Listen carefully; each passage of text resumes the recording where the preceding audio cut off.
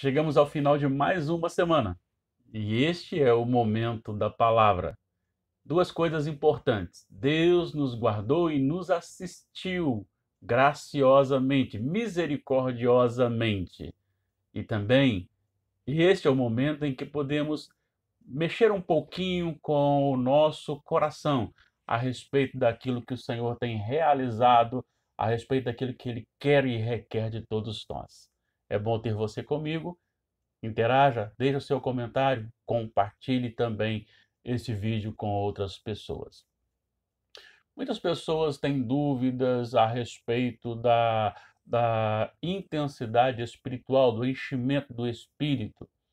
E muitos pensam em coisas extraordinárias, como locais de oração ou modo de orar, sacrifícios realizados, né? Ainda nós temos essa ideia e tem voltado com muita força.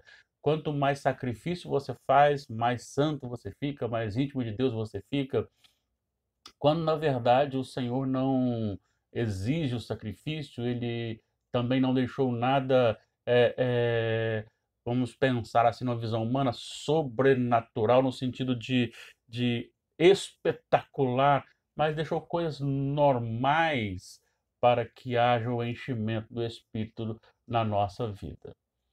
A palavra do Senhor, ela é muito taxativa. Ela nos chama ao enchimento do Espírito, ao invés do enchimento ou da procura das coisas deste mundo. Paulo escreve aos Efésios, versículo 5:18, diz: não embriagueis com vinho, mas enchei-vos do Espírito. Agora, não embriagar com vinho é só você não bebê-lo. Mas o que significa e como fazer o enchimento do Espírito? O Espírito Santo é a terceira pessoa da Trindade e ele foi enviado pelo Pai e pelo Filho, e a sua manifestação de permanência se deu no Pentecostes. A partir daí, ele tornou-se o agente de empoderamento da igreja, do convertido ao Senhor, para testemunhar o Evangelho. Ele passou então a habitar o coração do novo nascido ou do convertido ao Senhor, ou seja, ele transformou o coração e passou a ser o Senhor deste coração. E o Espírito Santo, ele age conduzindo a nossa vontade.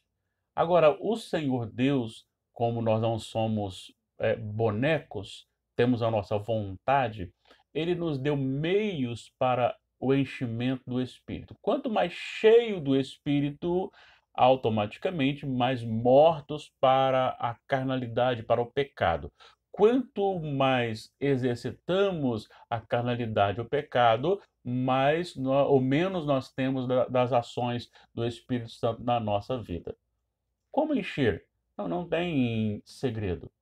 A palavra de Deus, a vida de oração, os cânticos espirituais, a congregação com os irmãos.